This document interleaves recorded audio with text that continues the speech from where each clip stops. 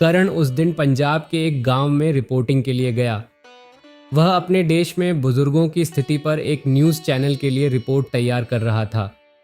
करण को पता चला कि पंजाब के उस गांव में एक बुजुर्ग अकेले रहता है। उसकी पत्नी गुजर चुकी है और बेटा कनाडा में बस चुका है। बुजुर्ग के घर जाकर करण ने दरवाज़ा खटखटाया। दरवाज़ा एक लड़की ने खोला। यह लड़की गांव की ही रहने वाली थी और बुजुर्ग की सेवा करती थी। उसका नाम एकम था। आइए बैठिए। इन बुजुर्ग का नाम क्या है? करण ने पूछा। बलराज सिंह। करण के साथ उसका कैमरामैन मनु भी था। एकम ने दोनों को पानी पिलाया और फिर बलराज सिंह को बाहर लेकर आई। करण ने इंटरव्यू लेना शुरू किया। कार्यक्रम लाइव चल रहा था। दर्शकों, आज हम पहुंचे हैं मोगा के इस गांव के एक ऐसे बुजुर्ग के पास जो अकेलेपन में अपनी जिंदगी बिता रहे हैं। इनका नाम है बलराज सिंह जी। यह कहकर करण ने माइक बुजुर्ग की ओर किया और सवाल पूछा, बाबूजी, आपके कितने बच्चे हैं? एक बेटा है मेरा। वह कहाँ है? कनाडा चला गया है मेरा बेटा। और आपकी पत्नी? अब अकेला ही हूँ जी। पत्नी भी 3 साल पहले गुजर गई। यह लड़की कौन है? ये उन लोगों की बेटी है जिन्होंने मेरा घर खरीदा है। मतलब क्या यह घर आपका नहीं है? मेरा ही था बेटा, लेकिन जब मैंने अपने बेटे को कनाडा भेजना था तो इसे एकम के पिता के पास गिरवी रखना पड़ा।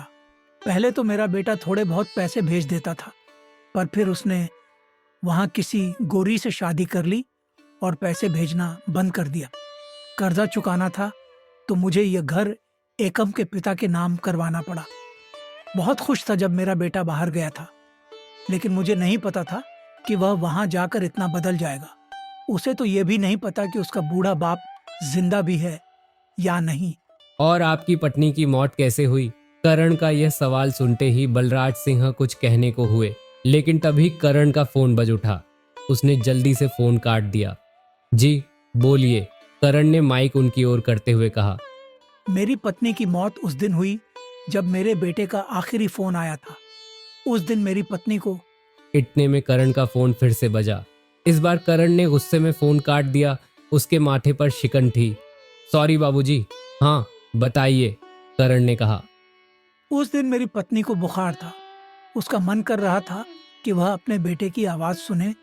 उसने कनाडा फ़ोन किया, लेकिन वहाँ से जवाब आया, मेरे पास टाइम नहीं है, मैं काम करूँ या तुम्हें देखूँ। यह कहते हुए बलराज सिंह की आवाज़ ऊंची हो गई। वह शायद यह जताना चाहते थे कि उनका बेटा अपनी बीमार माँ से कैसे बात करता था। फिर करण ने कैमरा के सामने बोलना शुरू किया। यह है आज की सच्चाई, जहां एक बाप अपने बच्चे को जिंदगी में आगे बढ़ाने के लिए अपनी छत तक गिरवी रख देता है, वहीं एक बच्चा अपनी बीमार माँ से बात करने का भी समय। इतने में करण का फ़ोन फिर से बजा। गुस्से में उसने फ़ोन उठाया और कहा, हाँ यार बोलो। ओ माँ मेरी, मैं काम कर रहा हूँ इसलिए फ़ोन नहीं उठाया।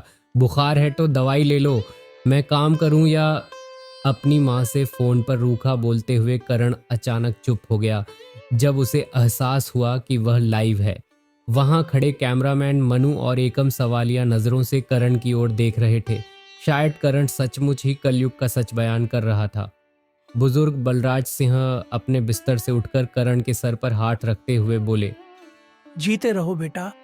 वहाँ अब एक अजीब सी गहरी खामोशी छा गई थी।